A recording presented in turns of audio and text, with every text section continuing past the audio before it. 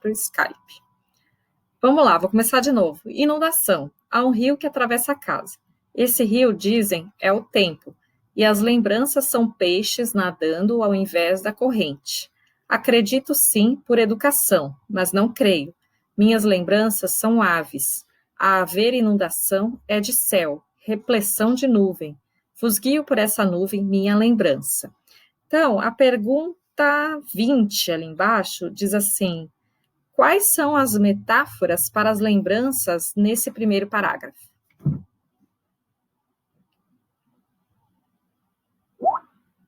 Peixes nadando na contramão, né, da corrente, e as aves, né, que voam, exatamente. Continuando. A casa, aquela casa nossa, era morada mais da noite que do dia. Estranho, dirão. Noite e dia não são metades, folha e verso? Como podiam o claro e o escuro repartir-se em desigual?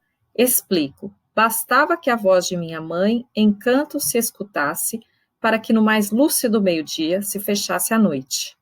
Lá fora a chuva sonhava, tamborileira, e nós éramos meninos para sempre.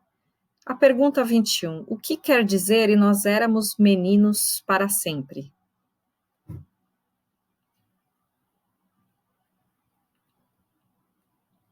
Quando a mãe falava.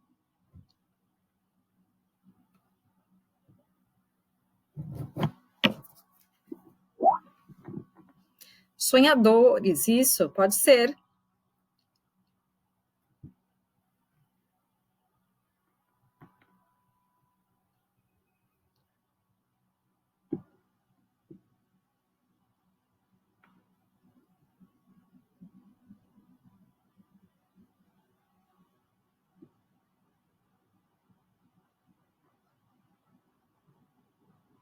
Estou vendo aqui. Ah, tipo, na memória a infância ficará estática para sempre. Exatamente. Essa infância nunca sai de nós, né? Especialmente quando a gente relembra alguma coisa, né?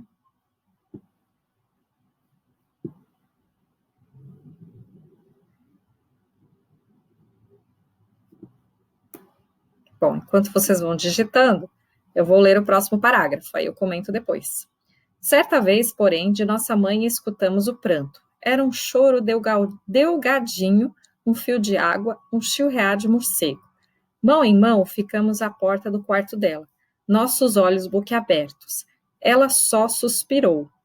Vosso pai já não é meu. O que significa vosso pai já não é meu? É a pergunta 19.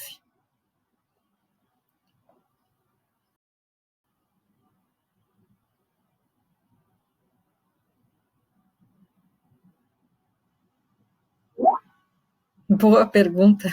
O que vocês imaginam aí?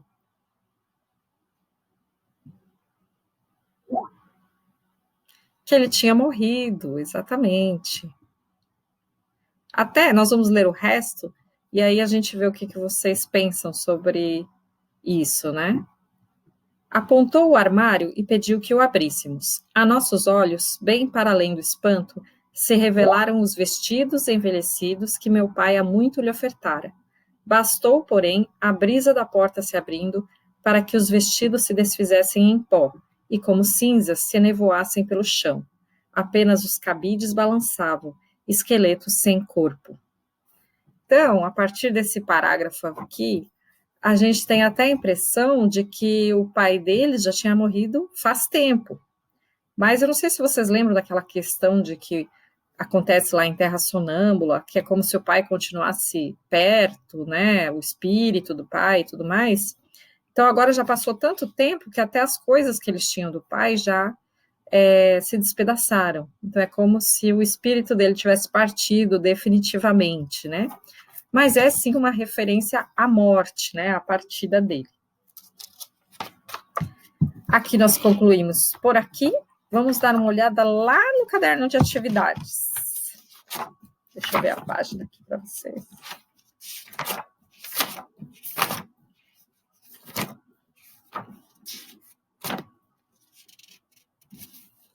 Ah, nós não fizemos nada ali ainda. Então, peguem lá no caderno de atividades, página 4. Me deem um ok quando vocês estiverem lá. Beleza. Então, primeira coisa aí, descreva as principais características da primeira fase, tá? Alguns chamam de fase, outros chamam de geração modernista, tá? Então, quanto à forma dos poemas, o que eles defendem?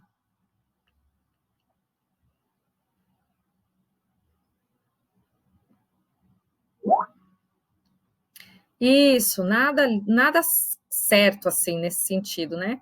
Então, versos livres, mistura de prosa com poesia, só escreve, só vai. Períodos curtos, né? Sem pontuação, pode colocar ou não. Liberdade na criação. Então, total liberdade aí na forma. E a linguagem?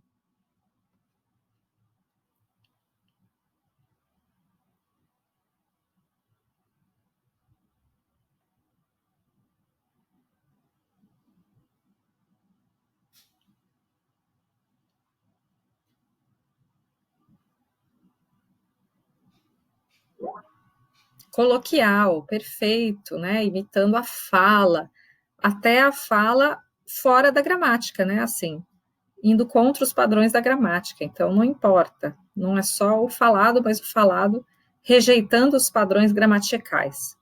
Então, liberdade total da linguagem, podendo misturar línguas, né? Tudo isso faz parte. Vocês lembram o Oswald de Andrade com frases em inglês, frases em português, o Fernando Pessoa também. Agora nós vimos o José Craveirinha também. Então, essa mistura de linguagens, línguas, tranquilo para eles. E o conteúdo? O que eles exploram como temas?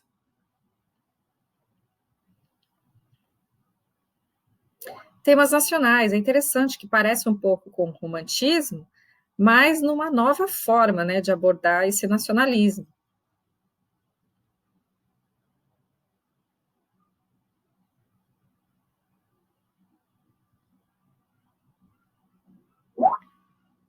A vida no geral, exatamente, coisas, né, do cotidiano, isso, e se vocês lembrarem um pouco, eles gostavam de destacar coisas modernas, né, produtos novos, novidades, carros, né? A gente lembra um pouco do futurismo, mas vocês veem nos textos do Oswald de Andrade que ele cita a estação da luz, o trem, as indústrias, porque eles queriam também mostrar essa modernidade, né, na vida cotidiana. Então, é isso aí. Então, essa é uma boa questão para estudar para a prova. Na 2, sobre o modernismo brasileiro, vamos assinalar verdadeiro ou falso, prestando atenção nas pegadinhas. Aliás, eu acho que a prova de vocês é na semana que vem. Grandes transformações ocorreram no mundo da arte no início do século XX. O surgimento do futurismo e do expressionismo, entre outras vanguardas, anunciou profundas marcas de ruptura nas artes de maneira geral. Verdadeiro ou falso? Verdadeiro, certíssimo. Na literatura brasileira, a partir da Semana de Arte Moderna, muitos autores procuraram se libertar das tendências academicistas e do culto ao convencional, obtendo assim maior liberdade na pesquisa estética, sem, contudo, incorporar os aspectos do progresso tecnológico, uma vez que o Brasil ainda era considerado uma nação atrasada. E agora? Começa bem, mas termina mal, né? Falsa. O modernismo brasileiro foi responsável pelo lançamento de alguns movimentos estéticos, como o Manifesto Pau-Brasil e o Manifesto Antropofágico.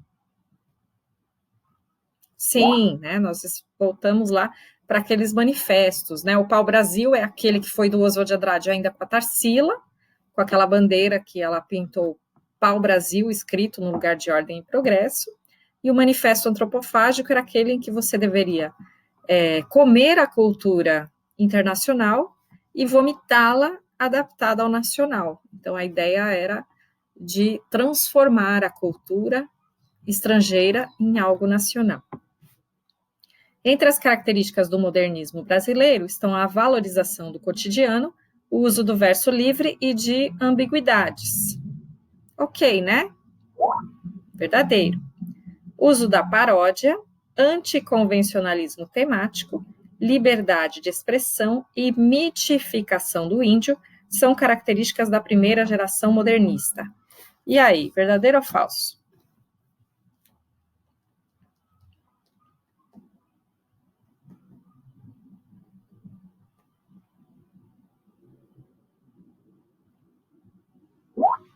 Falso. A mitificação do índio seria transformá-lo num mito, numa coisa que ele não é.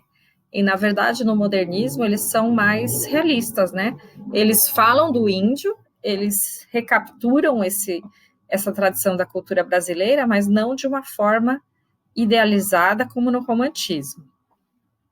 Aí vocês têm um quadro da Tarsila, um mamoeiro, e aí pergunta nas artes plásticas se a imagem passa a valer mais que as formas vanguardistas, se a forma estética ganha linhas retas e valoriza o cotidiano, se a natureza passa a ser admirada como um espaço utópico, a imagem privilegia uma ação moderna e industrializada, a forma apresenta contornos e detalhes humanos. O que vocês marcariam aí?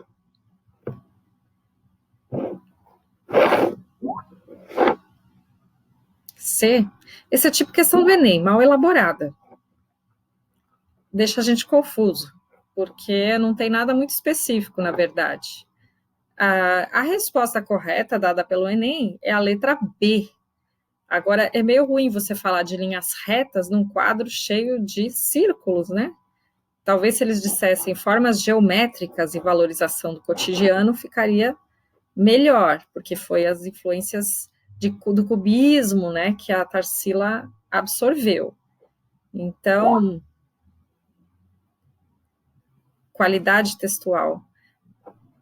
Pois é, as questões do Enem são um pouquinho complicadas, né? Mas, enfim, a letra B, tá? Vamos lá. 4. Os autores, né? Os mais famosos são esses 3 que aparecem aqui no LIP, os outros não aparecem, vocês lembram? Então, Oswald de Andrade, Mário de Andrade e Manuel Bandeira. Então, qual deles, em sua obra-prima, apresenta o que ele mesmo denominou de rapsódia, uma mistura de lendas, folclore, costumes, crendices, comida, mitos, entre outros? Quem é que fez a rapsódia, que é uma mistura de partes, né? De folclore, de lendas? Qual é a obra? Vocês lembram? Não memorizaram ainda? Na próxima, a morte, o tom confessional e o pessimismo melancólico são características presentes em algumas dessas obras. Tá fácil também, que autor só falava de morte? E, por último, de maneira criativa, polêmica e irônica, o autor, ao mesmo tempo em que revisa criticamente a história do Brasil, apresenta em sua obra um misto de humor e lirismo ao criticar as formas tradicionais de se fazer poesia. E aí, conseguem me dizer a sequência?